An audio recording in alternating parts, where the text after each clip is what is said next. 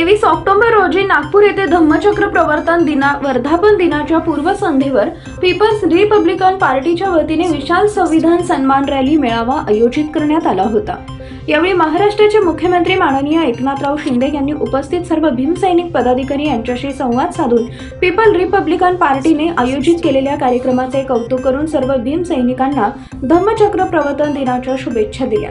यावेळी राष्ट्रीय अध्यक्ष लॉंग मार्चचे प्रणेते माजी खासदार प्राध्यापक जोगेंद्रजी कवाडे, राष्ट्रीय कार्याध्यक्ष युवक हृदय सम्राट जयदीपभाई कवाडे यांच्यासह पीपल रिपब्लिकन पार्टीतील शहर, जिल्हा, राज्य व राष्ट्रीय कार्यकारिणीतील प्रमुख पदाधिकारी, कार्यकर्ते, भीमसैनिक मोठ्या संख्येने यावेळी उपस्थित होते। आपण संविधान सन्मान जयदीपजी भीमा कोरेगाव पासून मुंबईच्या चैत्यभूमी पर्यंत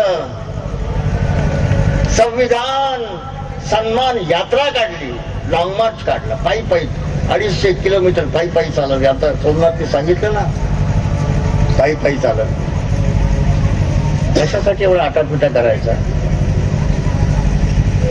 संविधान नसलं तर काय होणार आहे? एक गोष्ट लक्षात, ज्या दिवशी संविधान संपेल बाबासाहेबांचं, त्या दिवशी तुम्ही आम्ही नाही, हा देश देखील गुलाम झाल्याशिवाय राहणार नाही।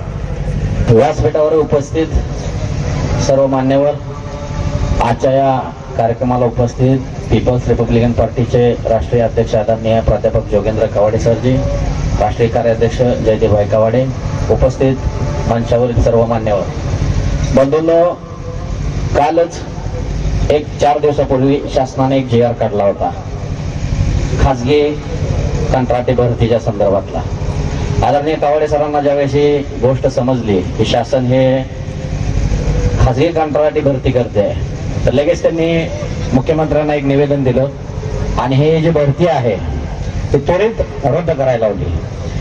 सांगायचं तात्पर्य एवढंच आहे की आदरणीय कवाडे सरांचं आपल्या आंबेडकरी चळवळीच्या संदर्भात जे काय आजपर्यंतचे आंदोलन आहेत किंवा जी तळमळ आहे ती प्रत्येक वेळेस आपल्या समाजानं पाहिलेली आहे।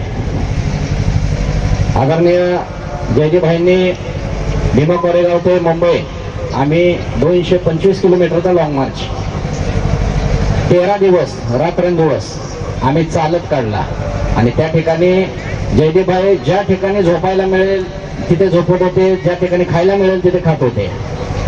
आपला हा जो पक्ष आहे तो सर्वसामान्यांसाठी लढणारा पक्ष आहे आणि या पक्षामध्ये आपण सर्व युवकांनी या ठिकाणी सहभागी व्हावं।